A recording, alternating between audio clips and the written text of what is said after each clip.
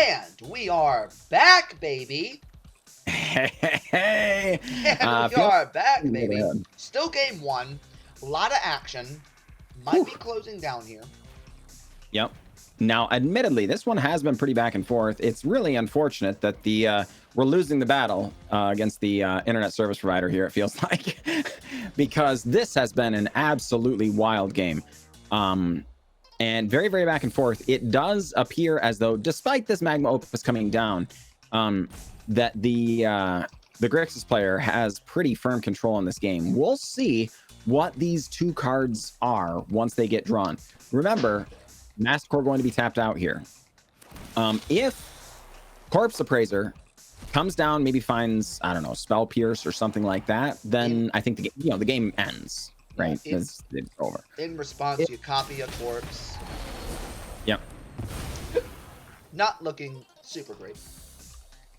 Okay. Yeah, those are not. That ain't it, Chief. That ain't it. Those were not the cards you wanted to see. Spikefield Hazards, for the record, folks, I'm a huge fan of Spikefield Hazard. I think it's just a great card. I think that no doubt about it, the power level is there. The flexibility of having either a removal spell or a land, particularly in a Thalia meta. Very, very powerful. Not what you want to see against 3 power or 3 toughness creatures, though. Now, attacking a 3/3 and a 3/3 into a 4/4, when your opponent's at 8, yeah, you take it there. Into a Voltage Surge. Why would you not Voltage Surge pre-combat? Great question. I wonder if there was just a little bit of a punt. Maybe one too many clicks or something where they, thought they were passing. It's a great play. I like the play.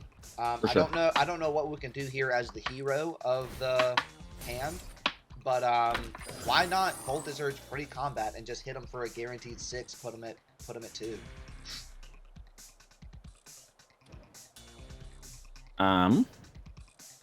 Interesting. Still not great for us. 1, 2, 3, 4, 5, 6. The Magma Opus is highlighted, folks, but that does not mean it's castable. It can be discarded to make a treasure. Making a treasure does not fix anything. Only 7 actionable mana. Yeah. Not 8. So, what Mastikor is almost certainly, what Mastikor is almost certainly thinking here is the ability to animate Hall of the Storm Giants. Could potentially keep them alive. There is a Hive of the Eye Tyrant land over there that's going to have Menace. That one's going to get through. There's just going to be no stopping that. But they can chump block a Corpse Appraiser with a 1/1 and kill a Corpse Appraiser with the Hall of the Storm Giants. Take 3, drop to 2, and then maybe untap with Magma Opus and try and win that way is the goal. But this Expressive Iteration definitely going to be putting the clamps on that plan, it seems like. We'll see. Not guaranteed. Yeah, this is one of those unfortunate classic situations where you're not trying to win, you're trying to not die. Yeah, agreed. Opponent put a Kaido on the board. I mean, if you thought we needed a death nail in the coffin, more draw value, that's just gonna seal the deal right here. Also notable, folks, these Bloodhide Harvesters, I gush about this card on the regular. So fans of my program will know I have talked at length about this card. It's just so strong. A 3/2 for 2 is for 2 mana. It's a great card, right? Just like if you gave me a vanilla 3/2 for 2, it's definitely worth considering. It's not going to go in every deck, sure, but it's a fine card. This comes with a treasure and an activated ability. Well, a lot of the time, it's just removal. Blood token, not treasure. Blood token. I'm sorry, blood token. Yeah. The activated ability often turns into just removal, which is great. But the blood token is so relevant in the later game when you can just crack this blood token that's been sitting there doing nothing and draw. Very, very powerful. Oh my goodness! Hold on, hold the phone, folks. All right. We got a gold span. Do you drop gold span first, attack with gold span, then Kaito for the free draw, see what we draw, go from there? Wait, what? Drop gold span, attack with gold span, then use Kaito's ability. Where's Kaito? That's not Kaito. Look at how similar the art for the artifact and Kaito look right now. They look so similar. Sure. I thought that was the same. I thought we had a Kaito. Oops. No, but I still agree. Yo, Get into the red Riley, zone here. Appreciate that resub. 4 damage coming to the red zone. Looks like. Do you just fire off the magma opus knowing there's nothing, or do you wait until you can also get rid of Kaito? I mean, speaking as an aggro player, I would have quit already and went to game 2. I mean, let's get serious though. All right, on a serious answer, you have to nothing here. You have to nothing. See, I think I go to their upkeep. Yep, right here, magma opus right now. You're tapped out. If the last card in their hand is a counter spell, you lose. But you've got to count on getting lucky a little bit here, right? Yeah, if you're gonna kill the blood tithe, kill the Kaito, tap down the corpse appraisers. If they hit you with Hive of the Eye Tyrant, so be it. 2 is not dead. 2 is not 0. Absolutely. Right? And our Grixis opponent is, I'm sorry, our opponent's on 1 card, 2 when they draw. So they don't have all the options in the world. They're down to 2 cards. We don't have gas in hand per se, but right, if we're gonna come back, this is the move to make. So do you agree with this? I kind of disagree with this. I don't mind taking 2, I don't think. I want to tap down the Corpse Appraiser so we could attack, theoretically, next turn with the Hall of Storm Giants and not get it chump blocked, right? Am I misreading the situation? Oh, there will be so many variables into that. I mean, I definitely agree with you. I mean, what are they going to do with their corpse? They're not going to attack with their 3/3 into a 4/4 though. No, right. And for the record, I'm all another. Oh no. Okay, so that's backbreaking. That's insane. The game is not over, folks. But that was a very, very good draw for Lucero. Yeah, that's insane. Now, do you think that was the 1 card in their hand, or do you think that's the card they drew? Ooh, philosophers will be busy for years. Yeah. Thinking about, did they draw that, or was that the card in their hand? I mean, they've got a lot of mana left still open. If it's a land in their hand, they'll blood it away, which they do. They had to have drawn it. They had to have drawn it. They had blood mana open last turn. They had to have drawn that.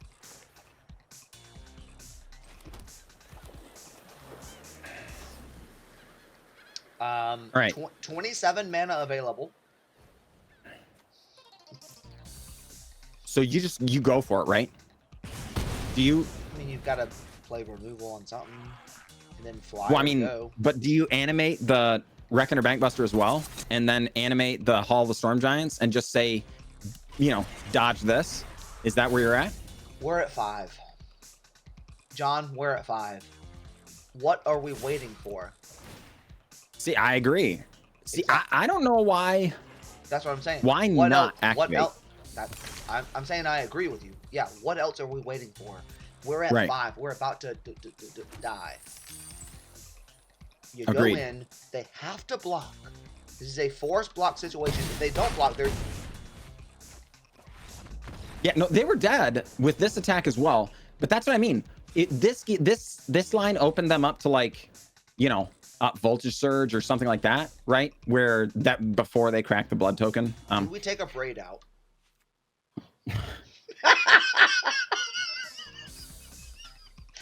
Do we take? No. I think a braid is great in this matchup, for the record. Okay. All right.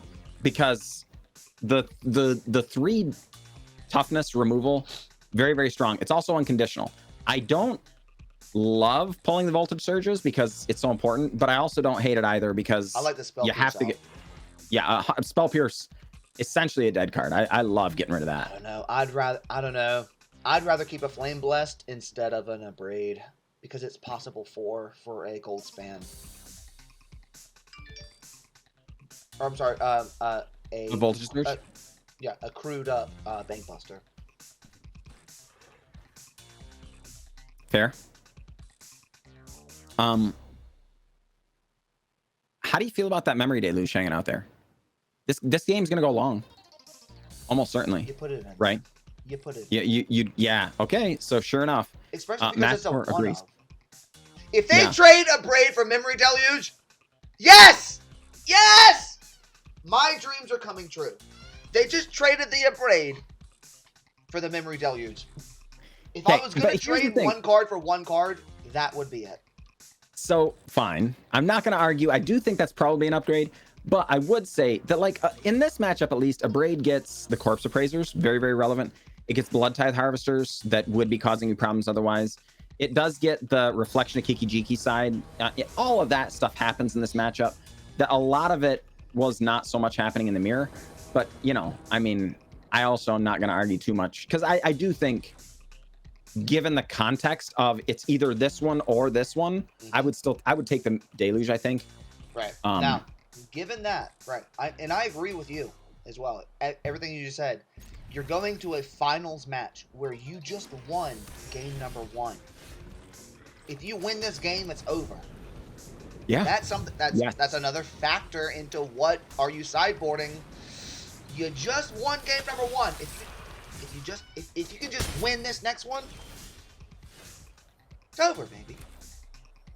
Yep. Speaking of it's over, baby, not a great opening. Only 2 Manias. What do you pop jam here? a Reckoner Bagbuster to guarantee the value? Or do you just, Nah. I would go Expressive Iteration. Wait, what? But you made your land drop already. So you want to save that for next time. time. Give you a land in hand, though. Well, but I mean, you'd rather make a land. What if you pull up 2 lands, right? You want to put 1 in hand. You want to play a land for your land drop. What are you going to do in response right now anyway? Is Dragon's Fire an instant? Yeah. Yes. Then why not play it? Oh, they're going to play Dragon's Fire on the token. Okay. Yeah. Right. They were waiting for either Corpse Appraiser or Fable, presumably. And Fable did show up, which I think is reasonable. Another Dragon's Fire isn't the worst card in the world.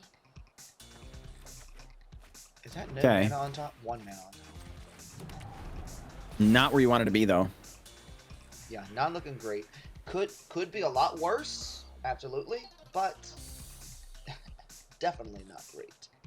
Well, and notably, folks, again, we have kind of gone on at length, droned on, one might accuse, about how Grixis is able to really, really grind. This is the epitome of mid-range, right? This embodies the entire persona of mid-range, going long, grinding hard, and all. But make no mistake, this deck does have an aggro plan. If Mastikor can't get on the board, Lucero can just win. And we just missed a land drop. And missing the land drop. Now, do you agree with the Fable? Or do you think they should have gone for Expressive Iteration here just to make sure to get... I mean, I could see it both ways. I actually like the Fable because what happens if we miss what if we draw not a land again? It's the worst the game is over if we don't draw a land. Playing Fable gives us the option to discard 2 cards and draw 2 cards to quote unquote guarantee a land drop. We have to hit a land drop. And look, we didn't draw a land. So now we can discard 2 cards to quote unquote guarantee a land drop. Only discards just 2. the 1 and whiffs. You've got to do 2. That's why I said quote unquote, because it's not guaranteed, and this is Magic, baby. This is Magic the Gathering. You don't always get what. Oh my God. I don't even blame you, Mastikor. Okay, yeah. I don't even blame you. I don't blame him. Yo, Remember, don't blame Conan. Don't blame Conan. See, and that's like, folks, Tested Talents is backbreaking in every possible way here. The Grixis player now is working with perfect information because they strip out the other Expressive Iteration. Can you imagine how brutal that feels? And it stops the land drop. You're missing another land drop, guaranteed. You don't have another expedient way of making land drops, so you're gonna miss some future land drops as well, no matter how lucky you are. And importantly, again, the Grixis player knows everything in your hand. Am I a crazy person if I say maybe Magma Opus down to 3 in a combo deck? You got that makes me a crazy person. I think you are a crazy person because darn it, like Mastikor's back on the play, right? That's so right. Mastikor wants to be like this is for the big all the marbles. This is for the big crown. Finals, game 3. We got there. Yep.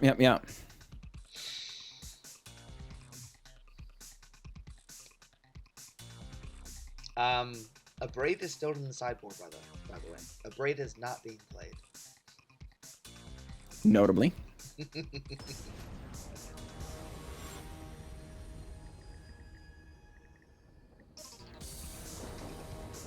Okay. Mastikor, from our point of view, we are on the play. Our first 7 is I would call that I don't know if it would be a snap keep, but it'd be a think about it keep.